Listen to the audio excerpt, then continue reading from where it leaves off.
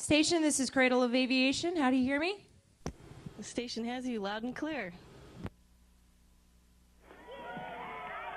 Great. What sort of emergencies do you practice for, and what can you do if you get sick? Well, we have 3 major emergencies that we train for. That's a rapid depress, a fire, or a toxic atmosphere on board the space station. And if any one of us gets sick, then there's at least 1, if not 2 people fully trained on orbit to take care of them. Plus, we have a team of docs on the ground to help walk us through any emergencies that we might have. Do women face different challenges during training than men do? I can't think of any, actually. No, we're all pretty well treated the same, and we all face the same challenges about at the same degree, I'd say. How do you power the instruments and experiments inside the space station, and what do you use for fuel? Well, we have the sun to thank for our energy. We have these gigantic solar arrays that are on each side of the space station, and they collect energy from the sun, and we bring it inside to the space station to power up all the equipment and to keep the station alive. And when the sun goes down, we have batteries that have collected enough energy from that solar array to help keep us powered up. Does your sleeping and eating pattern change because you are living in microgravity, and how does it affect your body? Yeah, I would say that in general, your sleeping and your eating habits or patterns definitely change, and they go through phases as you arrive here on space station and live your life.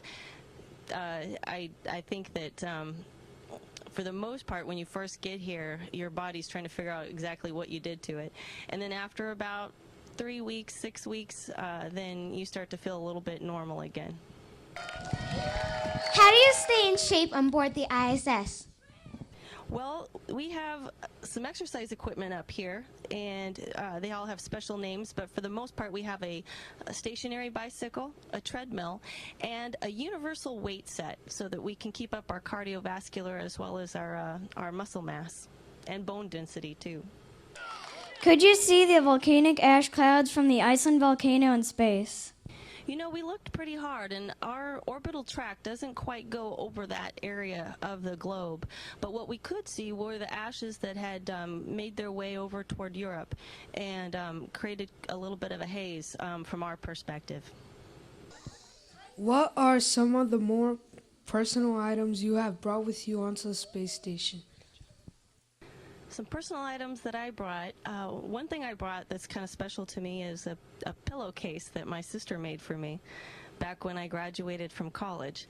It has a picture of a astronaut in a spacesuit, EVA suit that she painted herself, and I've had it since I graduated from college. So that's probably one of the more special things that I brought on orbit with me.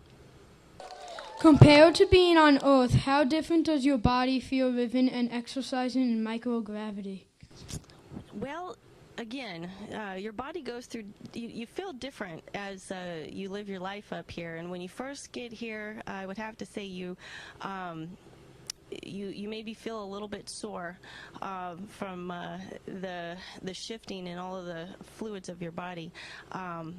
But as you start to live life more normally and you work out more, you actually feel quite normal, and it's only your environment that is a little what you're not used to. But what's very interesting is that your reality changes once you're up here, and that the fact that everything floats, including the organs and the fluid within your own body, starts to become a little normal to you.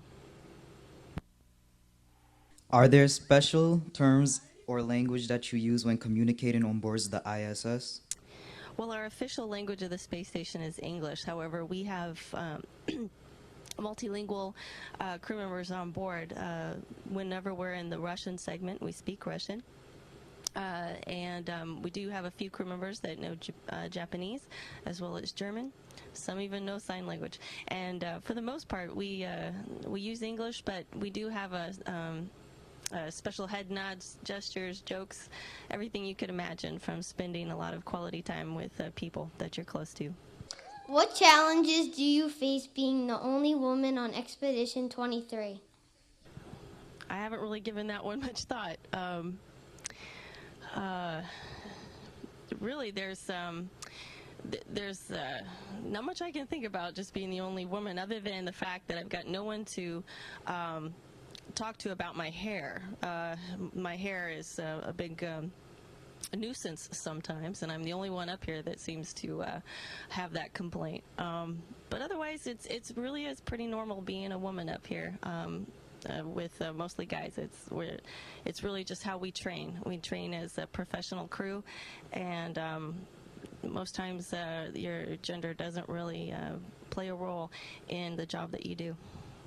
Can you describe the view of the space station while you are outside the space station or from the cupola? Very good. Our cupola is one of our most prized modules or elements of the space station. We need all the modules we've got, but that one tends to be a very one that's full of personal satisfaction as you look out that window. And our cupola is situated at the belly of the space station. So when we look through the windows, we look down at the Earth, and around the top edges of it, we can see outer space and stars. And the view is nothing short of glorious, and it makes you believe in miracles. And when the sun sets, it's no less miraculous to look at those stars and to see our Earth as the sun fades away, and see our Earth come to life even in the dark. It's pretty magnificent. What special things do you do to prepare for your return to Earth? We do a lot of special things, not the least of which is pack up some of your things. You don't get to take much home in a Soyuz, but you do want to tidy up the place a little bit before you leave.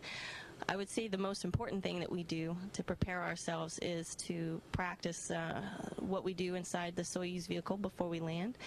And next to that, one of the most important things we do is make sure that we're in good health. We work out every day here for about 2.5 hours a day to keep our bodies in good shape and to prepare ourselves for coming back to Earth and for our landing.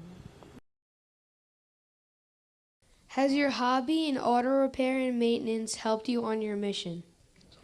Well, someone's been doing some reading.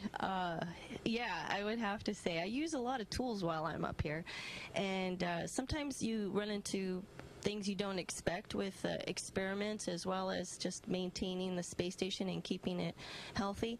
And I have to say that all those years of working underneath the car with my dad have certainly paid off. Thanks for asking. I'll hold the mic. Go ahead, sweetheart. How do you stay clean and keep the space station neat in microgravity? I tell you what, that's a full-time job. Keeping clean and keeping this place neat.